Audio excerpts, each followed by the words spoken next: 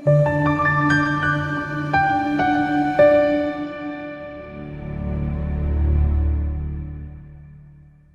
sabuya futhi kulolu daba lwamaphupho ikabe uPastor WeNingi sibheka la iphupho likaTsepo Thabo uthi-ke Tshepiso Thabo uthi-ke angibingelele, cela ukubuza uma ngiphupha ngiqoba inyama yomuntu ngihleli nabogogo engingabazi, so asiyibheke-ke indaba yenyama yomuntu.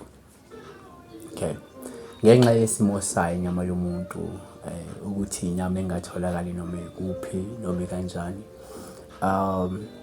esikhathini esiningi uma uyiphupha inyama yomuntu ehlaza, lolu phawu olungavamile ukusho okubi, kepha olungasho mhlawumpe ingcebo ezayo noma lingasho inzuzo osuke uzoyenza empilweni ngendlela engajwayelekile, uyabona.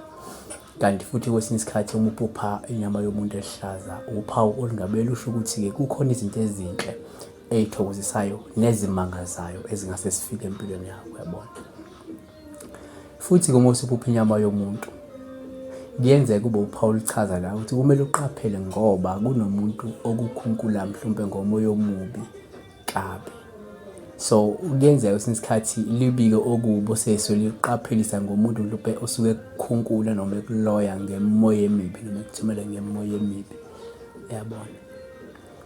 Futhi uma ukwenzeka ubone le nyama yomuntu inegazi, kungaphinde kube uphawu oluqaphelisa noma lisho ukuthi kumele uqaphele empilweni ngoba ungase mhlawumpe uxabane kambi nomuntu wesihlobo sakho noma nje nomuntu omjwayele okanye mhlawumpe umuntu osuke uzwana naye ebudlelwaneni, uyabona.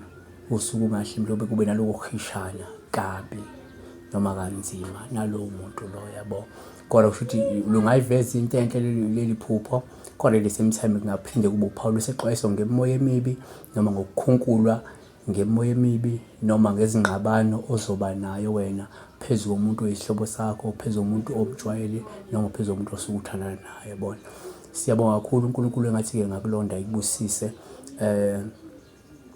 Ungakhohlwa ukuthi ivideo le akusiyokuqala isiyokugcina, khona esiwenzile, go back, go and check those old videos, khona ungakufunda bese ubuyela kwamanye izowafaka futhi ngokulandelayo. Okwamanje like le video bese like wonke ama-videos obuwabukile. Siyabonga kakhulu. Ungakhohlwa-ke ukuthi ususubscribe kwi-channel noma ungasubscribe, press that notification button when every time sifake ivideo get ama-update. May God bless.